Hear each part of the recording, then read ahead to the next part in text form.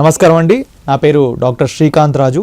నేను senior consultant vascular endovascular surgeon Yashoda hospitals Hitech City. యూజువల్గా DVT అనే సమస్యను గురించి అర్థం చేసుకోవాలంటే ఫస్ట్ మన రక్తనాళాలు కాలాలు ఎలా ఉంటాయో ఫస్ట్ మనం తెలుసుకోవాల్సిన అవసరం ఉంది. మన బాడీలో 2 రకాల రక్తనాళాలు ఉంటాయి. వాటిని మనం ఏమంటాం? సిరలు, ధమనులు అంటాం.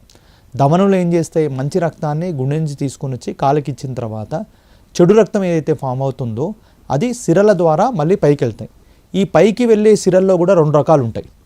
ఒకటి చర్మం కిందనే ఉండే సిరలు, కండరాల లోపల నుంచి వెళ్ళే సిరలు. ఈ 2 రకాల సిరల్లో ఇబ్బంది ఉన్నప్పుడు, అంటే వీటిలో రక్తం గడ్డగట్టుకున్నప్పుడు ఏమంటారు అనేది మనం మాట్లాడాల్సిన అవసరం ఉంది. అదే చర్మం కిందనే ఉండే రక్తనాళాల్లో అంటే సిరల్లో రక్తం గడ్డగట్టుకొని ఉంటే దాన్ని సూపర్ఫిషియల్ థ్రాంబోఫ్లెబైటిస్ అంటారు.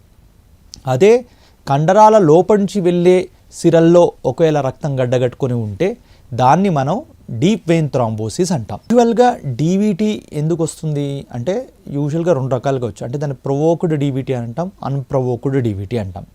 ప్రొవోక్డ్ డీవీటీ అంటే ఏంటిది?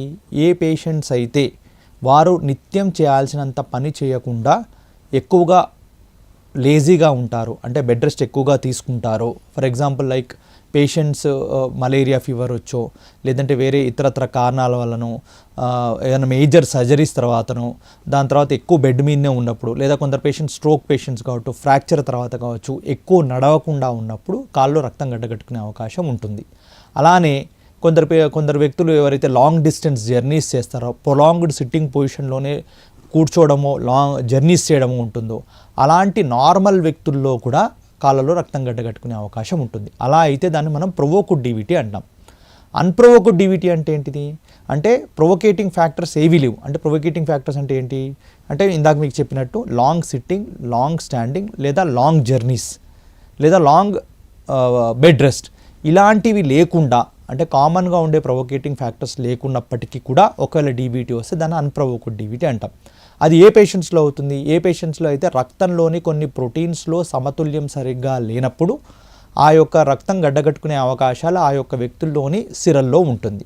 అలాంటి పేషెంట్స్కి ఎవరికైతే మనకు వస్తుందో దాన్ని మనం అన్ప్రొవోక్డ్ డీవీటీ అంటాం. అంటే వాళ్ళ నిత్యకృత్యాలు, నార్మల్గా చేయాల్సిన యాక్టివిటీసు, వాకింగ్, ఫిజికల్గా మన యాక్టివిటీస్ కానీ ఇవన్నీ క్రమం తప్పకుండా చేస్తున్నప్పటికీ కూడా వాళ్ళకు ఒకవేళ డీవీటీ వస్తే దాన్ని అన్ప్రొవోక్డ్ డీవీటీ అంటాం.